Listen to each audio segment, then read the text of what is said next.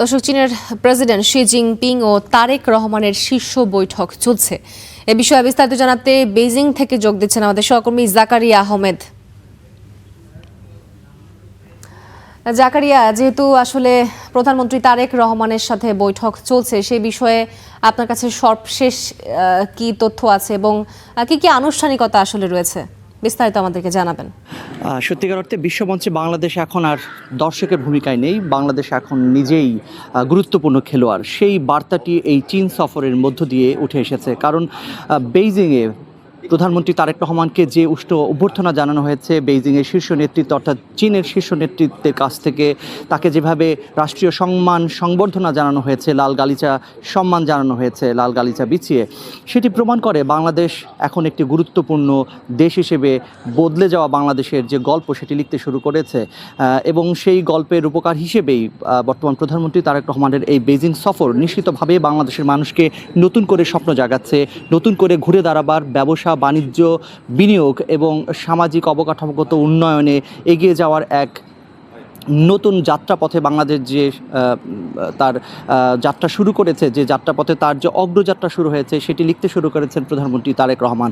বেইজিংয়ের আকাশে যখন ঠিক সমান মর্যাদায় লাল সবুজের পতাকা উঠছে, ঠিক তখন হাজার মাইল দূরে বাংলাদেশের কোটি কোটি মানুষ তাকিয়ে দেখছে বাংলাদেশে এখন নতজানু পররাষ্ট্রনীতি নয়, বরং চোখে চোখ রেখে কথা বলার সেই আত্মমর্যাদা, সেই গৌরব অর্জন করেছে।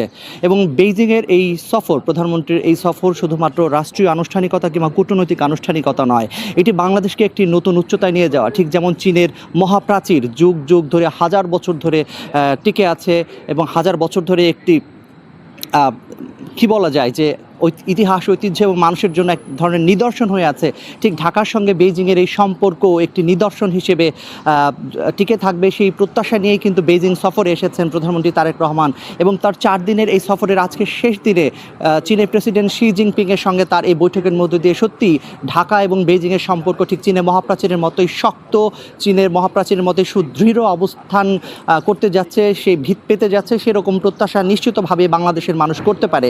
এবং আমরা গতকাল পর্যন্ত প্রধানমন্ত্রীর যে 3 দিনের সফর শেষে আজকে 4র্থ দিনের সফর কর্মসূচি চলছে, শেষ দিনে তিনি, আমরা যেটি আমাদের দর্শকদেরকে আগেও বলেছি, এই চীনের সময়, স্থানীয় সময় 11টার সময় চীনের প্রেসিডেন্ট শি জিনপিংয়ের সঙ্গে প্রধানমন্ত্রী তারেক রহমান বৈঠকে বসেছেন। এটি একেবারেই একান্ত বৈঠক এবং সেটি এই রুদ্ধদ্বার বৈঠকে বাংলাদেশ এবং বেইজিংয়ের 2 নেতার কি কি আলোচনা হয়েছে, কোন কোন বিষয়ে তারা কথা বলেছেন, সেটি নিয়ে আজকে আমরা বিস্তারিত আরও জানাতে পারবো। কারণ স্থানীয় সময় 1টায়, অর্থাৎ বাংলাদেশ সময় 11টার সময় আমরা ঠিক যেখানে রয়েছি দায়িত্বই হোটেল, সেখানে আমার ঠিক পিছনে যেটি দেখতে পাচ্ছেন এই হোটেলেই সংবাদ সম্মেলন করা হবে এবং চীন সফরের সবশেষ যে তথ্য সেটি তুলে ধরা হবে। বিশেষ করে আজকে শি জিনপিংয়ের সঙ্গে যে বৈঠকটি তারেক রহমান করছেন, সেই বৈঠকে কোন কোন বিষয়গুলো আলোচিত হয়েছে, কোন বিষয়গুলোকে জোর দেওয়া হয়েছে, কোনো চুক্তির ব্যাপারে আলোচনা হয়েছে কিনা। কারণ আমরা কালকে যেটি জেনেছি যে 13টি সমঝোতার স্মারক